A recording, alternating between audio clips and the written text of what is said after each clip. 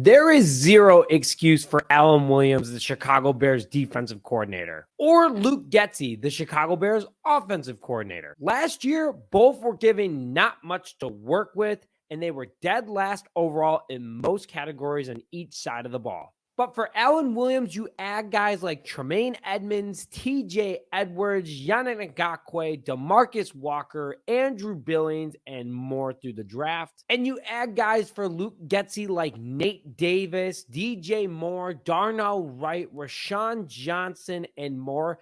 And you can't beat a down bad Green Bay Packers team, you have a lot of problems. Come on now, folks. There's a ton of talent on this team, and we know it. And this talent isn't going to get unlocked with the coaches not trusting their guys. Both guys brought no creativity to this past game and are acting scared right now.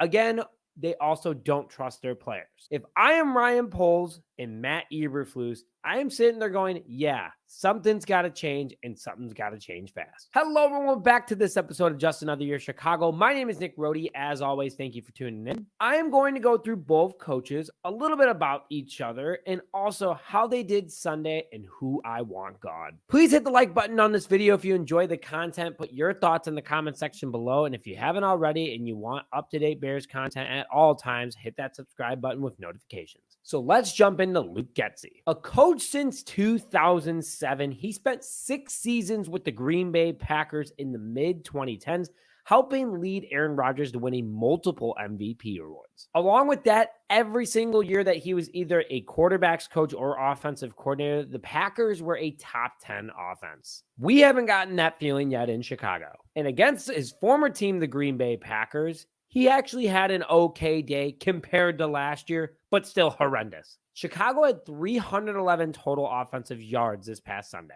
189 total passing yards, though Justin Fields had 216 total off the interception, 122 rushing yards, 4.4 yards per play, 3 for 13 on third down. That's absolute trash. 1 for 2 on fourth down. Should have never put yourself in that position. 4 sacks allowed on Fields. Poor design plays with quick pocket breakdowns. 1 interception and 4 penalties on the offensive line. Getsy should be working with his offensive line coach, his wide receivers coach, his tight ends coach, his running backs coach, because this offense just was not doing anything.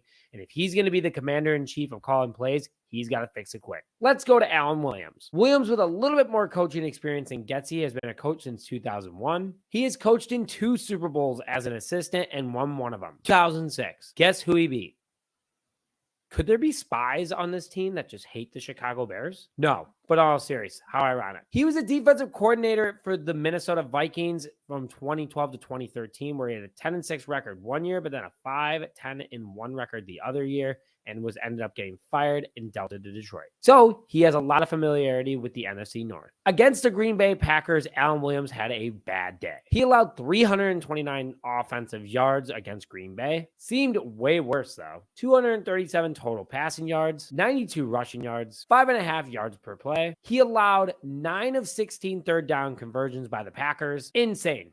That cannot happen. Allowed 1 of 2 fourth down attempts, only 1 sack and 3 tackles for loss. Not enough pressure at all. So out of those 2 guys, who am I getting rid of?